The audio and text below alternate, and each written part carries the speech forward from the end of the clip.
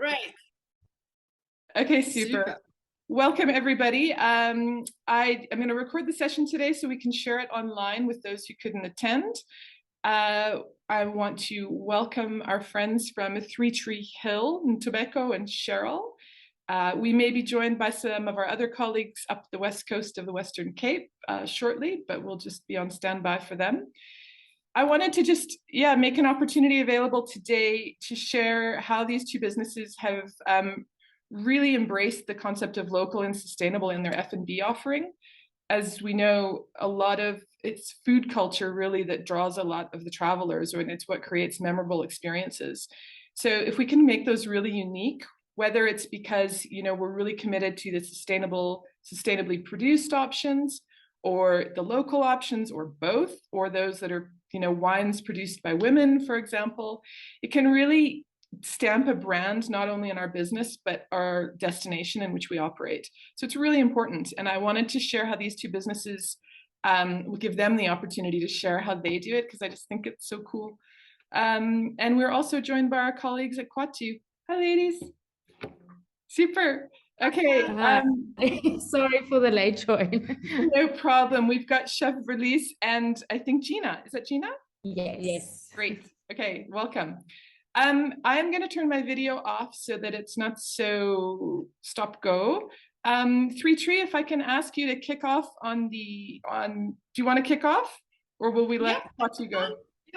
No, we're ready. Give them a little while to settle in. Yeah, great. Thanks. Okay, so you have the floor, Three Tree. Go ahead. Great. Well, welcome everybody. This was such an exciting thing when Lisa mentioned this, because for us it's such an important thing. Everything we do at Three Tree Hill, we set in a beautiful environment, a lot of natural, the mountains and the forests and savannas, everything is in a natural setting. So for us, it was a very natural choice that when we started to decide what food and beverage to use at our lodge, that it should obviously come from as close as possible to the area or have some connection with the lodge. And one of the other things that we do at the lodge is battlefield tours. So there's a strong historical angle here. And so we've also tried to weave a bit of the historical side of it into our beverage choices.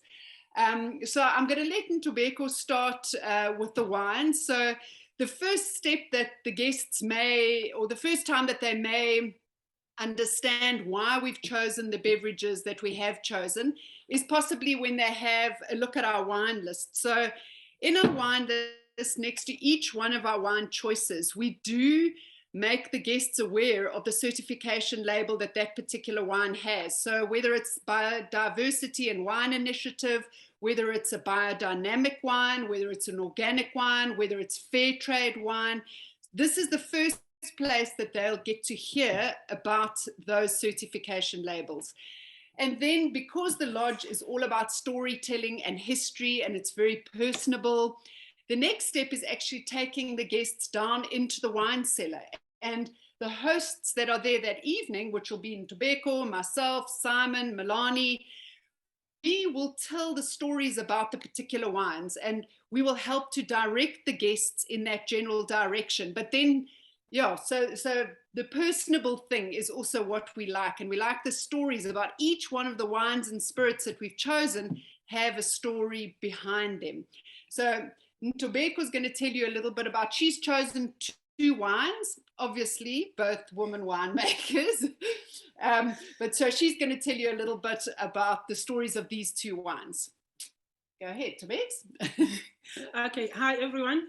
So with me, I've got two wines. As Cheryl have said now, they are women produced wines, because at least 50% of our wines that we keep are women produced.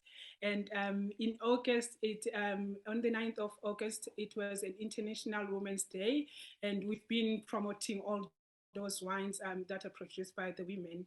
And since we are ending August, then I decided to pick the two which are also women produced.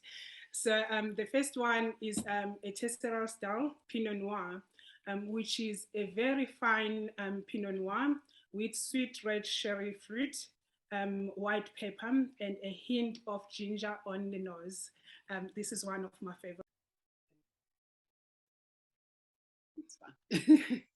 Tesseraal is a village situated 24 kilometers in the northeast of Hemel and Arnhem in Hermanus in the Overberg region. There is a very unique history there. In 1810, Johannes Tesseraal, who was a farmer, he gave up his farmland to his freed slaves. And then Baron Souls, who is the winemaker, grew up in the village, was born in the village and grew up in that village. She joined Hamilton Russell Vineyards at the age of 19. She was an au pair. And then she moved to a production position in the estate and also got involved with warehousing and also labeling of the wines. That's how she managed to find the love of the wine in deciding to have her own label, which is Tesseraal style. Thank you, that's great.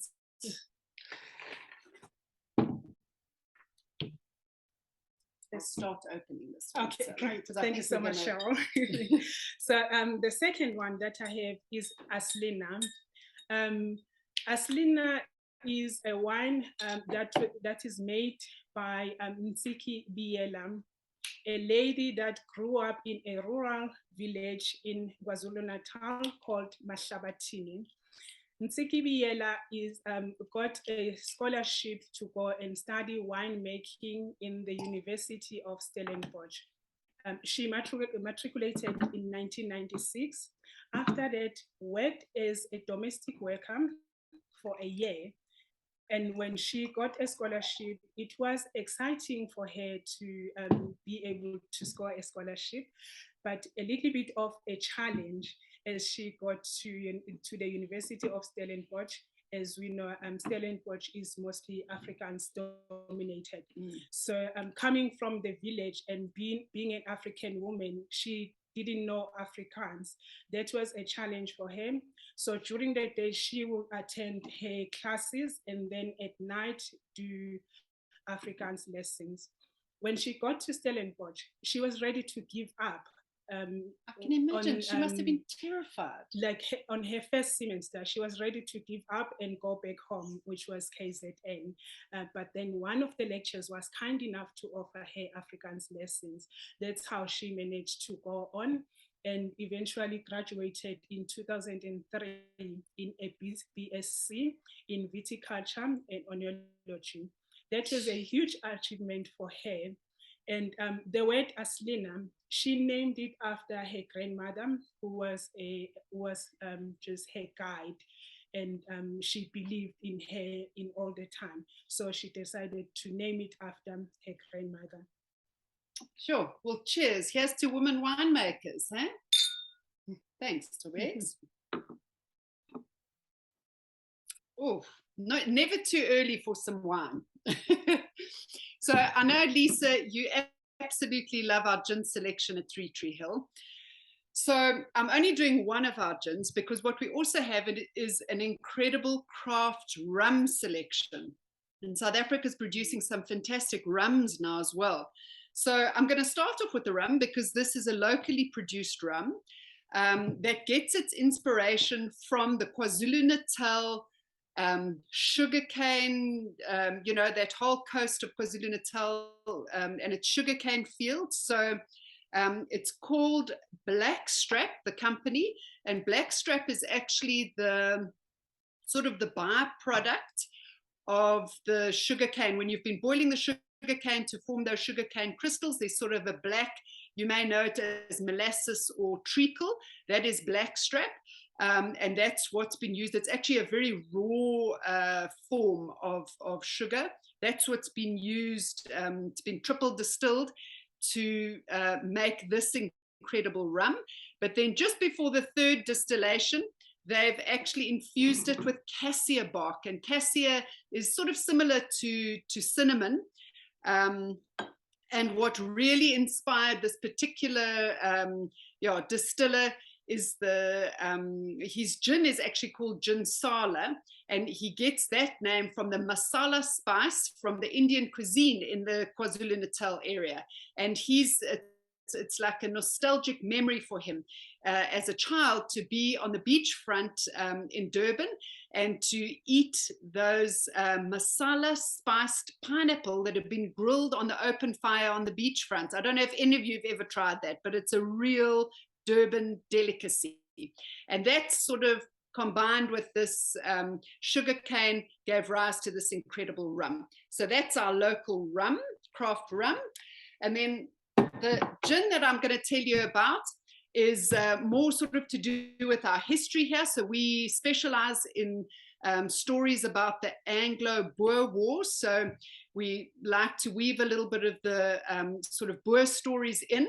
And this particular gin is called Die Soet Rooinek Cherry Gin. And I don't know if any of you know what the term Rooinek is, but it's a contemptuous name for an Englishman and originated during the Boer War when the poor English came out with their lily white skin and didn't realize that our sun here is quite harsh, didn't wear hats and ended up with these red necks at the back here.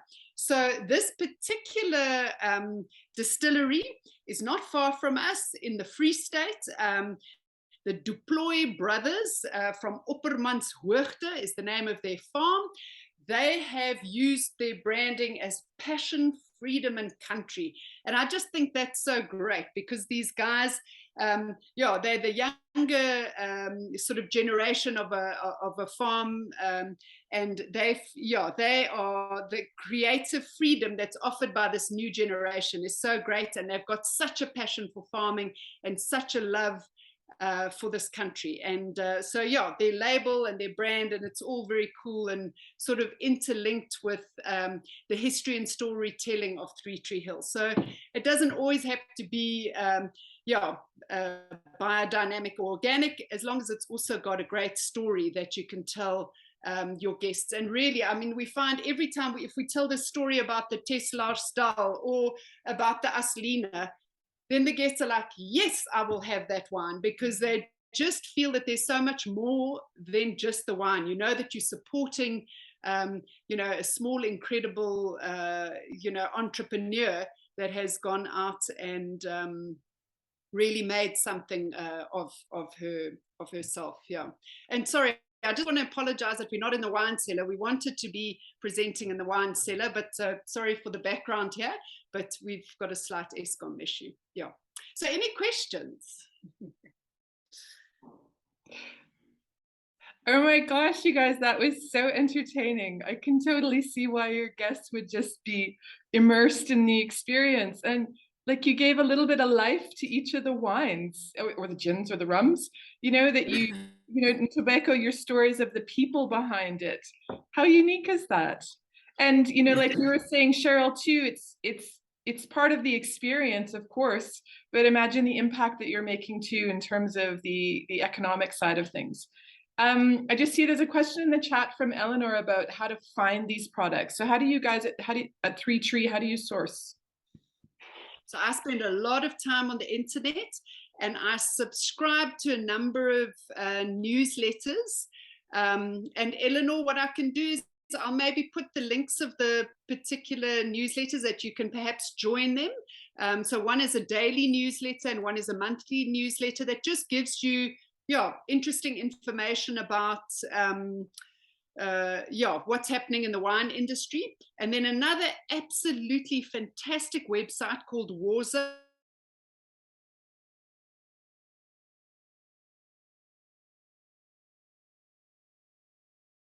And they interview all these winemakers and get them to tell their stories. And then through those interviews, you can start making your own choices with regards to what wines you want to select. But I'll maybe just pop them on the Fair Trade group after this meeting, and then you can follow them. Or you're welcome to email me and I can help.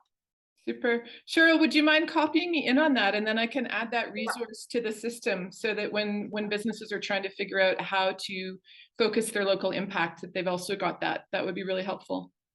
Yeah. Thanks. Super. Anyone else have any questions or feedback? Applause? No, thanks, you guys. That was amazing. Okay, well, without further ado, let's move now that we're a bit tipsy on an empty stomach. Let's move over to our friends on the West Coast from Khwattu. We've got Chef Werlise is joining us today to talk about how she's crafted their F&B offering. And we also have Gina, who might actually be sharing a bit of a demo with us. I'm not too sure. We'll see. I think Gina is stressing here. No, I no, can't see everyone's faces. So yeah, I need 2 people. Okay, so welcome to Khwattu. A little bit just of our backstory. About 2 years ago, just after lockdown, they called me, and I was jobless, as most people at that time, having the best time at my parents' house. And they offered me this job via a consultant chef that they had. And they basically went through COVID and said they want to change something. They want to change the restaurant. They don't want it to just be like an eyesore and a place where people can get food but never come back, because it was very tourism focused. It still is, but at that stage the regulars weren't coming like so much. The people didn't come back or whatever the situation was. So they wanted to firstly create a story that fits in with the SAN, as we are a SAN Educational and Heritage Center.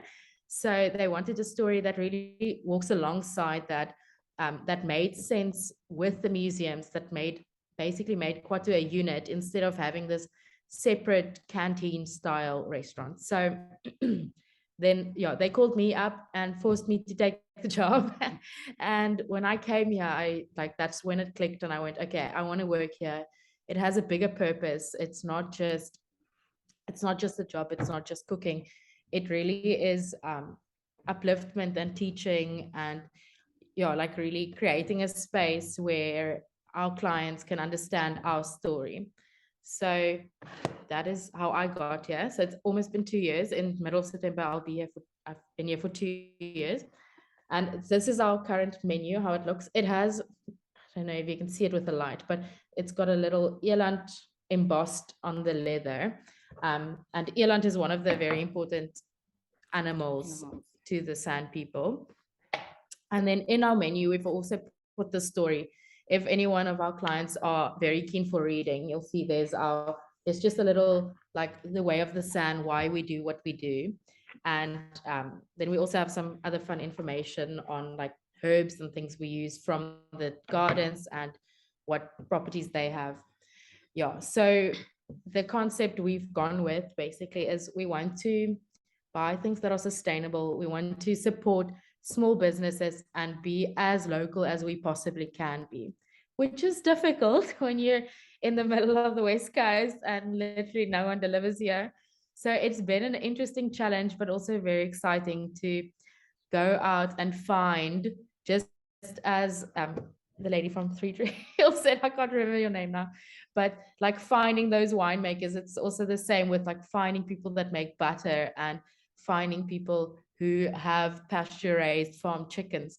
So it's been going out to people, which is awesome, going to visit the tunnies and the worms on the farms, and then also seeing what other things they offer. Like so many of them offer so much more than what you originally thought.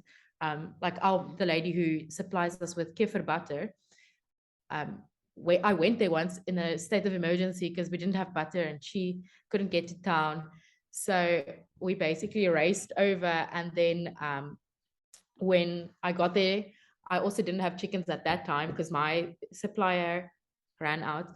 So it is small businesses. So you always have to have like 3 backups of other local people you can use. But then she also had chickens. So it was such a coincidence, but such a great story of how we got to our chickens. So that's been like the story of many of our ingredients and how we got there. And the same with the drinks. We try to support small businesses and local with good quality ingredients. And we've seen a shift in our clientele, and we've also seen regulars like Gina. I think some people call themselves friends. Like you see them, we literally have people that come twice a day. So it's really been absolutely amazing to see the return on that and people coming back, and also the effect that the story has, because we have clients that were regulars that now come back and they just want a burger, and having to change their minds is all in the hands of Gina and the front of house team in how they are telling those stories. Gina, do you want to tell us how big difference it makes when you actually tell a story instead of just plonking down the menu? Yes, it is. But I can tell you the whole story that I tell to my clients when they walk in. So firstly, our menu tells many stories. It tells stories about our sun culture, precious nature, and also about our local people. On our drinks menu, we don't have Coke.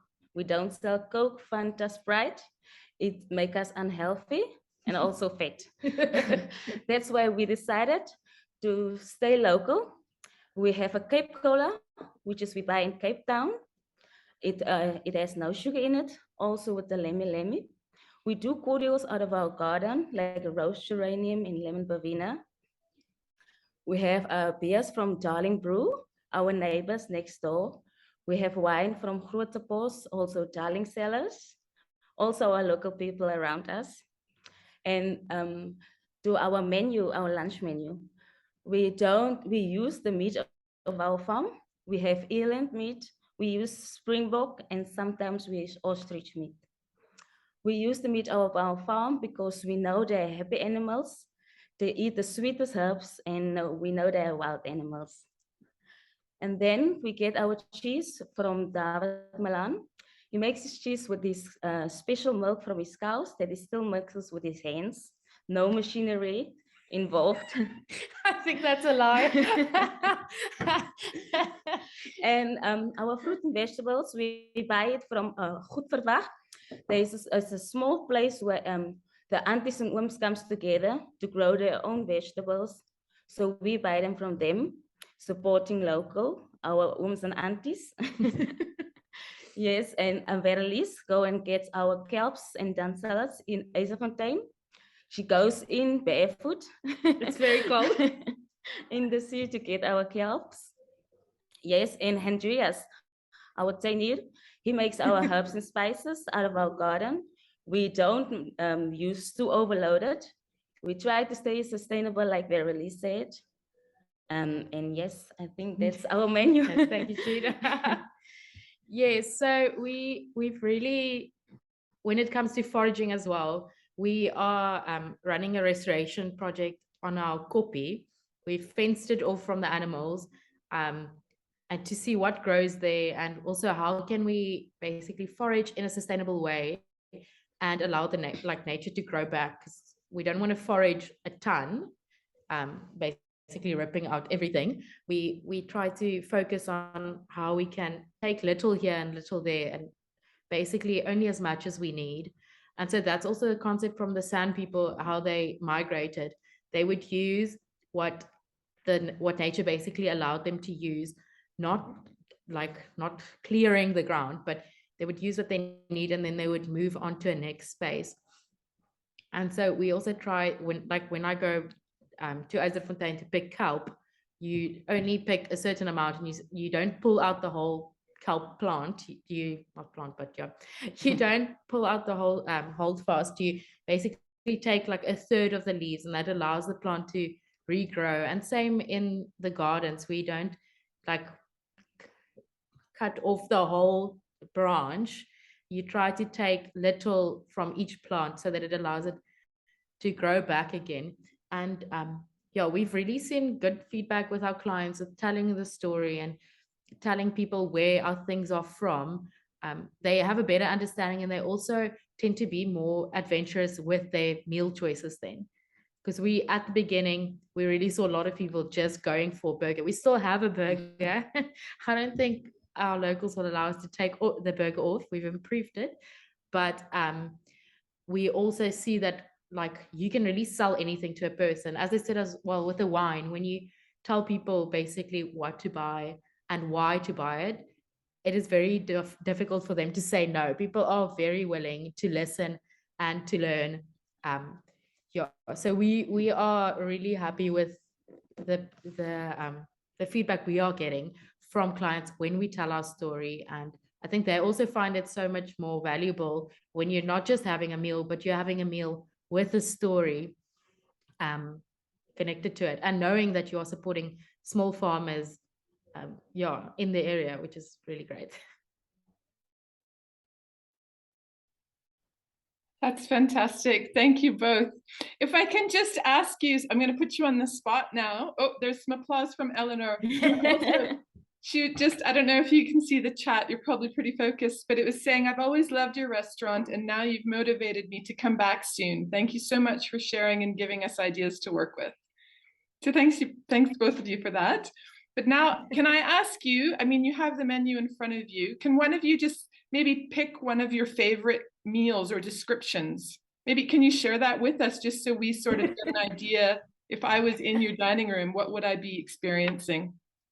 Okay, so what I was trained fine dining. So that was my like French fine dining training. So when we do menu setup, I try to keep it vague. We have like you see the how the guests receive it, and then you kind of try to find a middle point where you're happy with it and they understand. But I think lots of our stuff isn't necessarily that explained that people know exactly what they're gonna receive. So it is usually a surprise. So I'll read like one of them, and then I feel like it's pretty straightforward. The guests don't always understand. So that's where the storytelling also comes in. But one of our, there's two, but the one is our smoked snoek fritters with kale, apple, and red onion salad, and then a blue crane, blue cheese, cream, and crushed pumpkin seeds. So that is, I think that's one of the quite popular dishes now, especially when on warmer days.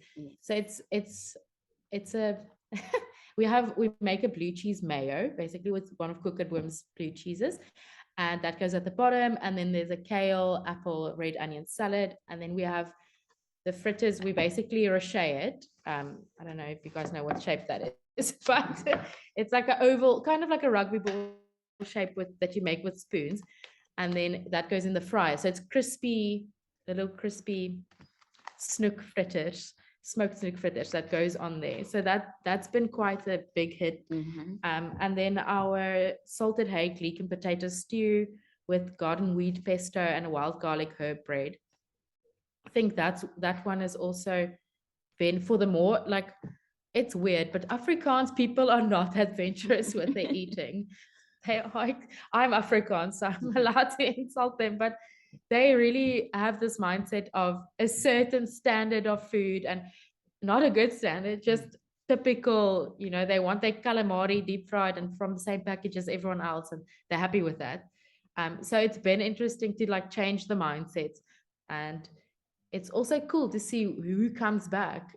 Even some, like we have Skalk Burger has a holiday house in Eiserfontein, and he comes cycling here, and he used to always want Coke, and we don't have Coca-Cola.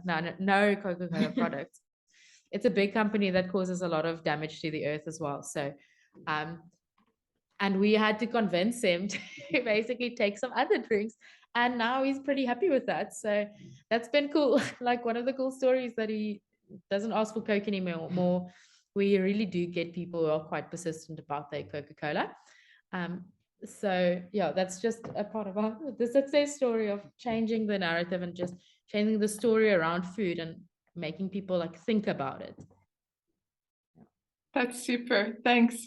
I know when I was with you, I stopped by, I think it was during WTM Africa, just before or after. And I mean, I had such a great experience of how the menu was presented. So yeah, congratulations not only on your sourcing and supporting local and the efforts you've put into that, which I mean, I think we can all appreciate that that takes a considerable amount of time and focus and dedication, but also congratulations on how you pull that through to the experience, because it was really amazing. I remember feeling totally entertained, and I was struggling to figure out what to choose, because, you know, you read the description, but also, like you say, you kind of take your cue from the client and see, okay, what are they interested in, and how can I tell my little story about that? And you do that. So it was super. So yeah, congratulations. Does anyone have any questions or comments or anything?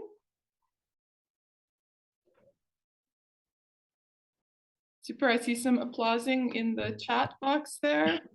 I think our colleagues from Ghost Mountain are maybe. I just wanted to say we're seriously inspired. You guys are amazing. Yeah.